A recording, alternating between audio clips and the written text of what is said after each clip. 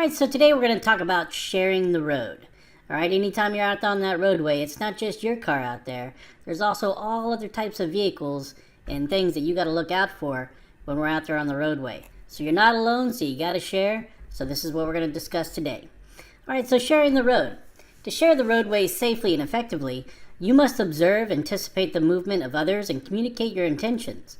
Proper management of time, space, and visibility using a defensive driving system, such as SIPDE, will minimize the risks that are inherent in driving a vehicle in the highway transportation system. Cyclists and motorists. Okay, those are the smallest vehicles out there on the road, so you got to look out for them. So you want to check these vulnerable users before turning, changing lanes, or opening your car door when parked. Make bicyclists aware of your position and your intentions. Tap the horn to communicate from a distance. Be sure to give them plenty of space when passing in the city, and even more when passing in the country, where the higher speed may cause bicyclists problems due to the air turbulence created by your vehicle moving past them. If you ride a bicycle, obey the rules, signs, and signals. Ride with the flow of traffic as far to the right as possible, not more than 2 abreast. Use hand signals to communicate your intentions. Wear light-colored clothing as well as properly fastened safety helmet. And make sure your bicycle is properly equipped with headlights and reflectors if you ride at night. So this is probably going to be on your final exam. One of the questions will be, how should bicyclists ride when riding together? And it should be not more than 2 abreast. Okay, and of course, anytime a bicyclist is on the roadway, they must follow all the rules and regulations of the road as any other vehicle, and you must treat them like any other vehicle. Okay, so even though they're going to be far to the right, you want to give them plenty of room. You don't want to pass them too quickly and too closely. All right, so give them a little space. So cyclists. Persons riding a bicycle upon a roadway are granted all the rights and subject to all the duties applicable to a driver of a vehicle. A bicycle may not carry more persons in which it was designed and equipped. Cyclists must ride as far to the right of the roadway as possible, exercising due care for parked vehicles. Cyclists may not attach themselves or the bike to any other vehicle on the roadway. Motorcyclists. Okay, motorcyclists are just like bicycles, they're just as small. However, they're motorized, so they definitely go faster, and they can be more potentially dangerous. So to operate a motor vehicle in Texas on public roadways, you must possess a valid Texas driver's license with the M endorsement, which stands for motorcycle. It is recommended to wear a proper riding gear, helmet to protect your head, and clothing that offers protection as well as proper ventilation and warmth to prevent hyperthermia and dehydration. Now, when wearing a helmet in Texas, if you're under the age of 21, you must wear a helmet. If you're over the age of 21, it's optional. Why do we got to wear a seatbelt, but they don't have to wear a helmet? I totally understand that confusion. I think it would be a good idea for everyone to wear a helmet because it'll definitely protect you out there on the roadway, but it is optional once you're over the age of 21. So let's go ahead and look over here at this little diagram. So motorcycle riders, all right? These are some of the things that they recommend that you wear when you're out there on a bike in order to protect yourself. Because you have to understand, when you're inside a vehicle, you have the construction of the vehicle that are protecting you as you drive it. However, on a motorcycle, you have none of that protection. So you're actually exposed to all the elements. So that either be cold weather, rain, hail, extreme temperatures such as heat. Yeah, so when you're out there on the roadway, you definitely want to make sure you're prepared with the proper gear when driving a motorcycle. So make sure you have a helmet. Riding gloves are always important. Eye protection, riding boots, long pants, riding jacket, maybe waterproof gear if it's raining. This right here, armor, that's not too many people wear armor. It is kind of pricey, but it'll definitely protect you in case you're in a crash. So large animals, you know, just like motorcyclists and bicycles, they're very vulnerable. Unfortunately, animals do cross the road, and large animals can pose a major risk to drivers out there on the road. So how do we deal with them? So you never want to swerve your vehicle to avoid a deer or other large animals. And the reason that is because if you were to swerve to your right or to your left and you don't have time to check your blind spots, you may be actually making contact with another vehicle or even a cyclist. And you may end up hurting somebody even more by avoiding that deer by swerving either to your left or to your right. So you never want to swerve in order to avoid an animal. So rather, you should brake firmly until the vehicle is stopped or the speed is reduced as much as possible. If you're unable to stop and a crash is imminent, release the brakes just before impact.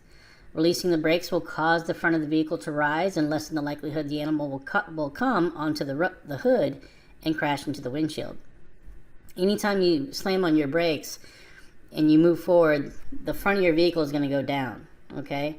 So when it goes down, if you continue to slam on that brake as you make impact with the animal, that animal is going to roll up onto your hood and make contact with your windshield. If it has antlers or anything very hard that goes through that windshield, it could end up making contact with you and end up killing you. So it's always a good idea, if you know you can't slow down in time, go ahead and take that foot off the brake. Allows the hood of your car to go upwards, and more than likely that animal will go underneath the vehicle and not into your windshield in order to protect you. Remember, you are more important than this animal that you may be running over. So human life is always a must that we protect it. Okay, you can minimize the hazard by watching for animals, reduce your speed, leaving as wide a margin of safety as possible. Be especially vigilant at dusk and at night, in fog and in adverse visibility conditions, when signs are posted to warn of animal crossings. So anytime you see an animal crossing sign, just know that that is an area in which animals are known to cross. So you got to be extra vigilant to make sure that when you're driving on that roadway, you're looking out for those animals. Those eyes do kind of reflect a little bit. So as you're driving, kind of notice near the edges of the road if you see any type of reflection or if you see any type of movement of animals. It gives you an indication if an animal is there. So anytime an animal does jump out onto the road, a lot of times they get they freeze, and it's unfortunate. They don't try to get out of the way, but they'll freeze and unfortunately be hitting them. So try to be extra vigilant when you're in those areas. That way you can avoid those type of hazards. All right, so horseback riders. Here in Texas, I know down in San Antonio, there's a lot of horseback riders, especially downtown. You got those horse and carriages, you got individual horseback riders. I know as you move outside the city, there's a lot of people that ride horseback out there in the country. So this is something you do have to look out for, especially when you take a road trip. So how do we deal with horseback riders? When meeting a horseback rider or someone driving a horse drawn wagon, remember that they have the same rights to the road as any motor vehicle occupying one lane.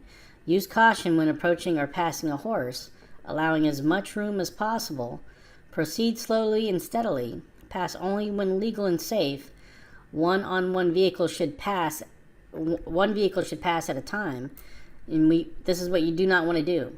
Anytime you're near a horse or a horseback rider, do not honk your horn. Don't let people hang out your vehicle waving their arms and making noise. Do not let your dogs bark when passing horses. Do not chase loose horses from a vehicle. Do not accelerate when beside the horse, and do not accelerate quickly after passing the horse. So what do? You want to slow down when passing your horses. Leave at least 2 car widths when passing. Keep at least 2 car lengths between you and the horse. And lastly, if a rider comes off, stop and see if you can be of assistance. All right, so sports utility vehicles. I know sport utility vehicles are very popular. It's one of the more popular vehicles out there on the road, but at the same time, they're also very dangerous. If you're familiar with trucks or SUVs, you'll notice that trucks tend to be a little bit more wider. They're heavy, just like SUVs, but they're wider, and because they're wider, they have a better center of gravity. However, SUVs are a little bit more narrow, kind of like a car, but at the same time, they're higher up off the road, which gives them a higher center of gravity, which make them more prone to rollovers, which make them more dangerous. So let's go ahead and talk about SUVs a little bit. The automobile manufacturing industry has long acknowledged that sport utility vehicles handle differently than cars. Most teens learn to drive in sedans and are unprepared to handle high and heavier SUVs, especially in emergencies. So 37% of SUV drivers younger than 25 in single vehicle crashes have rolled over. Rollovers account for 3% of U.S. crashes, but a third is 33% of driving deaths. Okay, so that means even though they account only for 3% of all crashes, they do account for a third of all deaths. Alright, so teens should be driving the safest vehicle possible when learning how to drive, and an SUV is considered one of the most dangerous vehicles to give a teenager. So go ahead and try to stick with those sedans when you're younger. As you age and become a more experienced driver, then you can start moving up to SUVs. Alright, trucks. So when you're out there on the road, you definitely got to look out for trucks, especially 18-wheelers. Alright, so trucks transport nearly everything we eat, wear, and use in our daily lives. They are a central part of Texas' economy. Despite the fact that truck drivers are professionals and are governed by strict rules, they are under tremendous pressure to meet tight scheduling requirements to deliver the goods and then pick up their load. Alright, so you're going to see a lot of truck drivers out there on the road, especially on the freeway. Anytime you're around a truck, you definitely have to take precautions, so we're going to talk about that a little bit. So in this video right here, we're going to talk about what you need to look for and how you react around 18-wheelers. So let's get started. Out on the road, lives are at stake. There are 400,000 large truck accidents every year. In 2010, 3,675 people died in these accidents. 529 truck occupants, 356 pedestrians and cyclists, and 2,790 other vehicle occupants in cars, light trucks, or motorcycles. 9 out of every 10 fatal or injury truck crashes involve passenger vehicles. And 1 in 9 traffic fatalities result from collision with a large truck. Sharing the road is a matter of life or death for all drivers. Here are 10 tips for being alert and practicing patience to prevent accidents. As a truck driver, you should know these tips so you can drive defensively and stay safe on the road.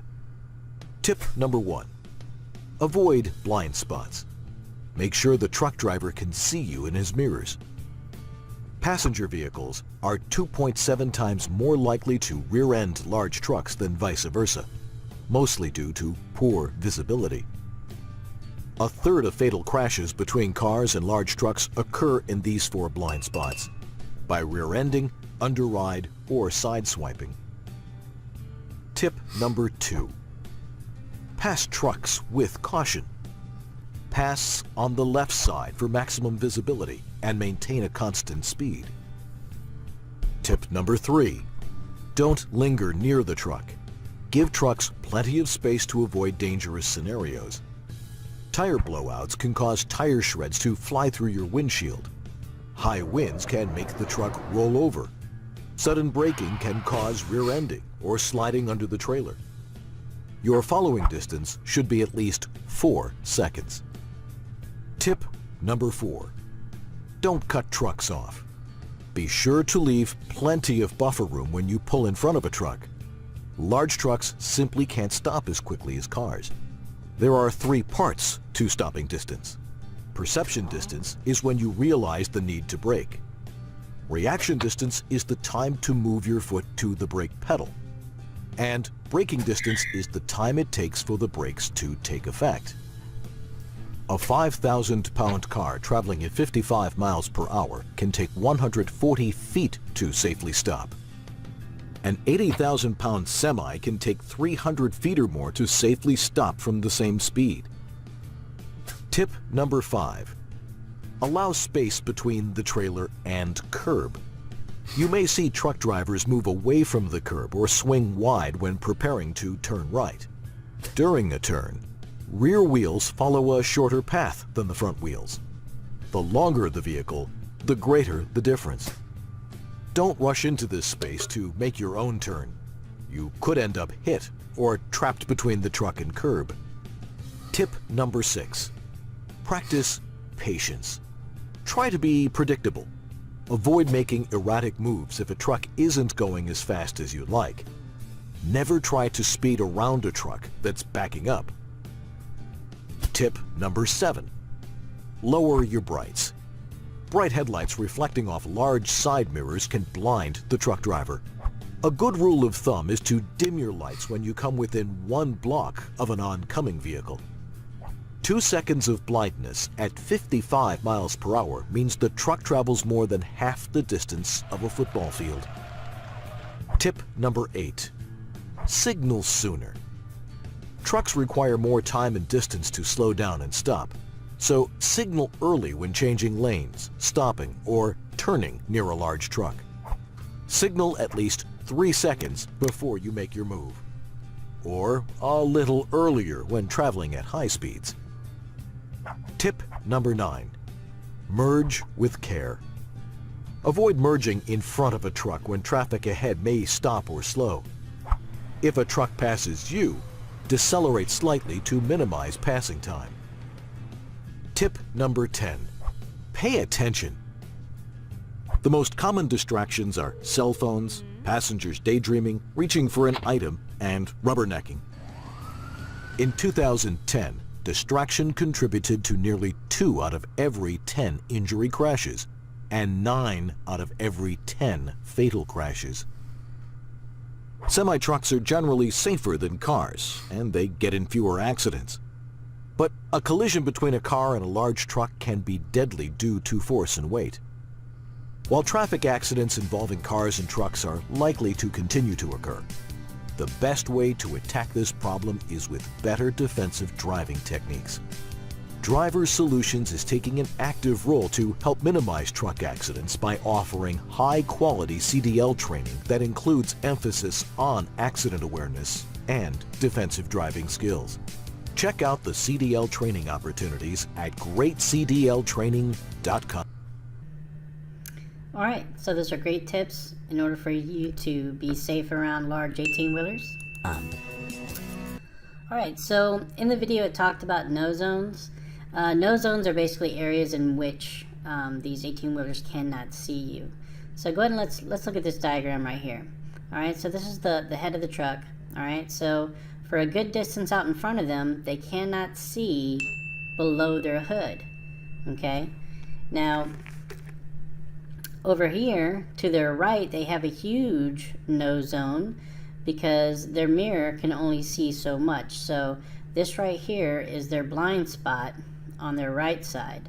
On their left side, their blind spot's a little bit smaller because they're able to look over their shoulder, but this is their blind spot right here. And of course, for a long distance back here, this is their no zone behind them. The rule of thumb is that you want to stay as far back as possible to where you can see their mirrors. If you could see their mirrors, and then they can see you. And that's the whole idea. So construction vehicles and farm machinery, you'll see those out there on the roadway. Construction vehicles are found in and near construction zones. Farm machinery is found in rural areas and country roads along state highways. All right, so how do we adapt? All right, you do not want to tailgate them. Like large trucks, they have no zones. The driver may not see you in the side mirrors. Leave a longer interval when following. Keep a safe distance between your vehicle and a slow-moving vehicle. This sign right here, the orange triangle, that's the slow-moving emblem that you're going to find on the back of these type of vehicles. All right, so what do you do if you're involved in a crash? All right, if you're involved in a crash, after a collision, the law requires that you stop immediately at the side of the road unless the vehicle is so damaged it cannot be moved. All right, Texas law does not require a crash report when there is only property damage of less than $1,000. Now, if there's any injury or death, you must make a crash report. If injury or death, it is required by law to provide assistance, and the best way to do that is to call 911 and request an ambulance. If you're CPR first aid certified, go ahead and administer assistance if necessary. Provide your ID and your insurance information to the other party and police officer upon arrival. And you must notify your insurance company of the collision. That is a must. All right, so what to do when pulled over by a police officer. So we're going to go ahead and watch a video that's required by law. That's part of the Community Safety Education Act. So let's go ahead and watch that now. Hello, I'm State Senator Royce West. Today I'd like to discuss with you the Community Safety Education Act, legislation designed to define the behavioral expectation of law enforcement and citizens during traffic interactions. More specifically, there's been issues that have arose over the last few years concerning in the interaction between law enforcement and citizens. And in many instances, there have been fatalities as a result of this interaction. And so we believed in Texas that to come up with behavioral expectations for those types of interactions would be most appropriate. Towards that particular end, we've assembled a group of stakeholders, law enforcement, civil rights organizations, to come up with what we believe should be a set of behavioral expectations during those interactions. And so those behavioral expectations have been set forth in our driver's license manual. So when a person studies for their driver's license test, they will have to cover that content. And yes, you should expect at least one, maybe two questions on the driver's license test to cover that particular content. In addition, we decided to make certain that we embed it in the DNA of the state. The way we have gone about doing that, we've placed it in our school system and requiring, yes, mandating that students between the grades of 9 through 12 get that content, that is the behavior expectation, know what their rights are, and know if they want to compliment or either complain about a police officer, exactly how you go about doing that. In addition, we have placed that in our driver education courses as well as our police academies. The reason for doing this is to make certain that to the best extent possible, everyone is on the same page in terms of what are the behavioral expectations when stopped by a police officer. Heretofore, police officers understood what the behavior expectations were, but citizens haven't understood it. And so by making this simple change, we believe that we've incorporated into the DNA of our state, and by doing that, that we can make these types of interactions safer for all concerned. This is State Senator Royce West. Thank you.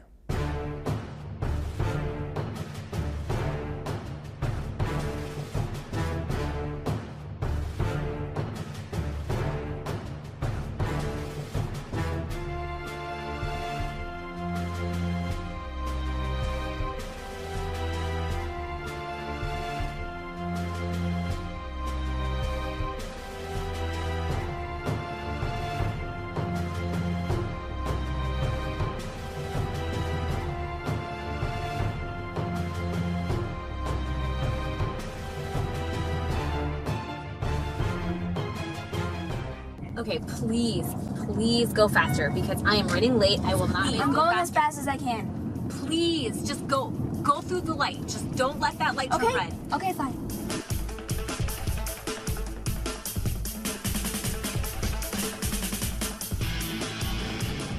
I think we're getting pulled over. What? Are you serious? Yes. Oh no. Obviously, if I go over the speed limit, we're gonna get pulled over.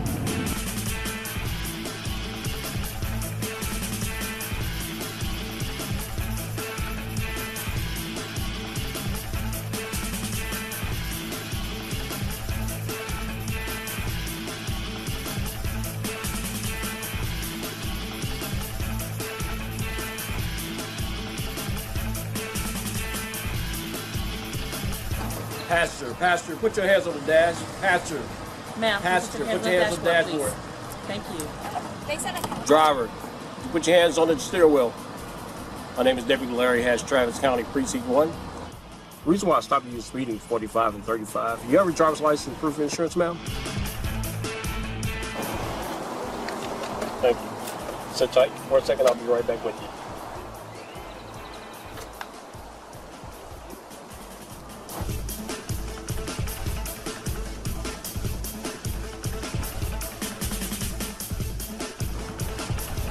You'll be asked to sign a citation. This isn't saying that you agree. It's just saying that you're going to follow up with the court. Now you're going to be issued a citation for speeding 45 and 35. It's not a admission of guilt, but a promise to appear to court. You saw it right here at the last line, at the bottom line right there. You will get a copy with all the information you need. You'll receive a notice in the mail. You got 30 days to appeal. Thank you.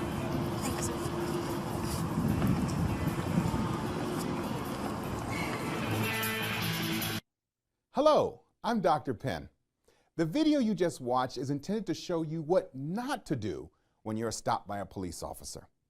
But what is the right thing to do? How should you as a citizen handle the situation? We've asked a cross-section of high school students and ordinary citizens to help us out. by asking some of the typical questions that you might have about the right way to handle yourself if and when you get pulled over. Let's get right to it. What does the officer expect to see when he approaches our car? Officers don't always have a clear view into your vehicle. Keep your hands visible, don't move around, don't reach for anything. For example, you can place your hand on the steering wheel in the 10 and the 2 position. That makes sense? Take a deep breath, breathe, relax, wait for the officer to approach, and he'll give you further instructions. If it's dark, turn the overhead light on. Why does the officer tell us to roll down our windows? What's that all about? On a traffic stop, the officer may ask you to roll down your windows for his or her own safety. Under certain circumstances, when there's not a great deal of illumination or when the windows have a tint, the officer may require you to roll down the windows to identify anybody who may be in the back seat. What happens if I don't want to show you my driver's license or tell you who I am? If you refuse to show your driver's license to an officer when he stops you on a traffic stop, the officer can arrest you for refusing to show your driver's license. And under certain circumstances, if probable cause exists, the officer may also require the passengers to identify themselves. What happens if I don't have my driver's license with me? Will I be arrested? What if I just forgot it at home? An officer can usually verify that you have a license once he obtains basic information from you. Depending on local law, you may be arrested, but most likely you will only get a citation. Do I have to get out of my car? I'm not a criminal. Most of the time, an officer will actually get out of the vehicle for safety. You will be amazed how many times an officer and or his vehicle are struck by another driver while conducting a traffic stop. If the officer asks you to get out of the vehicle, it's for your safety and also for his. Put it this way, nobody wants to be standing 6 inches from the highway with their back to traffic. What if I'm a passenger in a stopped car? Can I ask questions? Many times passengers want to get involved with what's going on. Generally, we're only going to speak with the driver unless a passenger has done something wrong. The officer should only conduct business with the driver. It's up to the driver to pass on the information to the passenger. Is forgetting to use my signal or going a few miles over the speed limit really a big deal? Traffic law is all about everyone's safety. Most of the time, officers look for traffic violations in areas where there have been accidents, citizen complaints about traffic, or areas known to be dangerous like construction zones, narrow streets, hills, blind curves, that sort of thing. When an officer makes a traffic stop, it is about getting people to drive safer. So sometimes, yes, not using that signal can be a big issue. Think about the last time someone didn't signal and cut you off.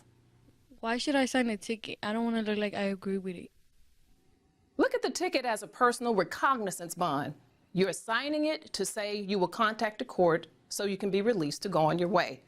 If you don't sign the ticket, then you can be arrested and taken to see the magistrate at the jail. Okay, so I signed the ticket. What happens next? The law says you have to be given at least 10 days to contact the court to state what you plan on doing. At this point, you have options you can discuss with the court. You can ask to go to trial and have a judge decide your case. Some courts allow you to plead no contest and take defensive driving courses to then have the ticket dismissed. Or you can just pay the fine. If you don't have the money right away, almost every court will work with you to set up a payment plan. There are other options that you may have that vary court by court. The big thing is to ask and be sure to do it before the time set on your citation. What if I think the officer acted inappropriately or was rude or didn't have a reason to stop me? Hey, if you think the officer acted inappropriately, was rude, or didn't have a reason to stop you, remember, you can take it to court. A court will have the final say on whether or not you violated the law. If it's about the officer's behavior or treatment, please contact that officer's employing agency. They have investigators that will contact you, and they will thoroughly investigate the complaint. Don't forget that most officers in this state and even across the country now have either in-car cameras with audio or on-body worn cameras with audio, so that will be the beginning point of the investigation. After the department investigates your concern and complaint, they will contact you, let you know what the results were, what their findings were, and let you know what action, if any, was taken. Do I have to let an officer search me or my car? You have the right to deny a consent search of your car, and even if you say yes, you can change your mind at any time.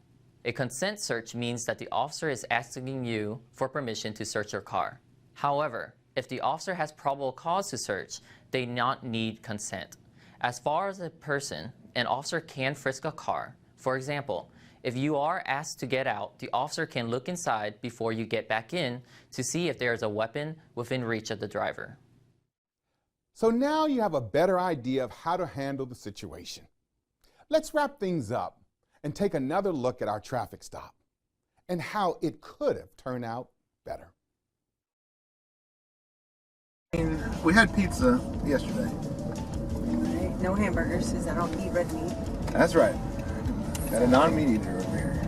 What about snappy salads? Ooh, snappy salads. Yeah, talking my language now. Haven't been there in a long time. What you gonna get?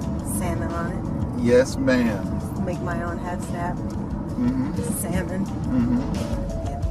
Hey, this man have brake lights on? Doesn't look like it. I didn't see brake lights on that one.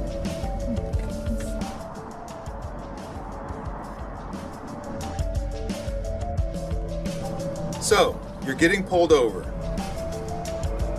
Don't panic. It happens.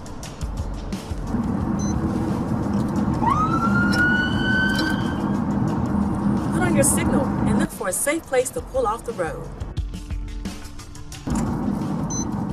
Bravo 742 traffic.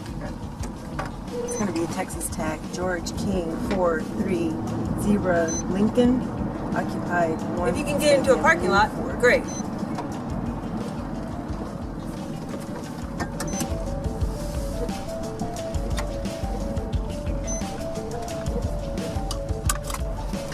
Put your car in park.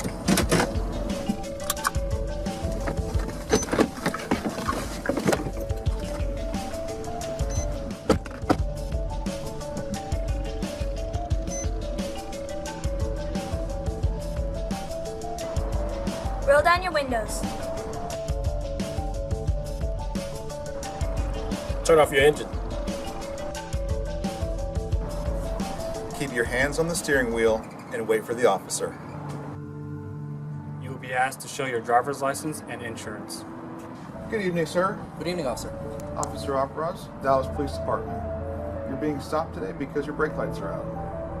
Is there any reason your brake lights are out this evening? No, sir. I didn't realize it was out. May I see your driver's license and proof? Do what the officer asks. If you have to reach into your console, let him know you're about to do it. You're in my console. Let me grab it. Okay, go ahead. Here you go, officer. Thank you, sir. I'll be right back with you, okay, sir? Yes, sir. The officer may ask you to get out the car. Just follow the instructions. Stand where you're asked. It will be the safest place. Stay out of the car until you are told to get back in. So where are you coming from tonight? I'm coming from class. I had an exam today. What kind of exam? I had a history exam. History exam. Yes. How did you do? I think I did pretty well. We will not find out until tomorrow. Oh, well, good luck. Yeah, thank you. I hope appreciate you did it. well also. I hope I did too. I wasn't very good in history. No? No. What's your favorite subject? Math. Math? Not really that smart for math, but hopefully you get math a lot more than what I do. Wait for the officer to tell you it's okay to leave. All right, sir. Here's your driver's license and insurance back. Thank you, sir. Okay, you're all set. Just a warning for the brake lights. You're free to go. Thank you, sir. Drive safe. Thank you. You have a great night. You too. Have a good night. You have a great night, ma'am. Thank you. Look for a safe spot to leave. Usually the officer will wait for you to leave first.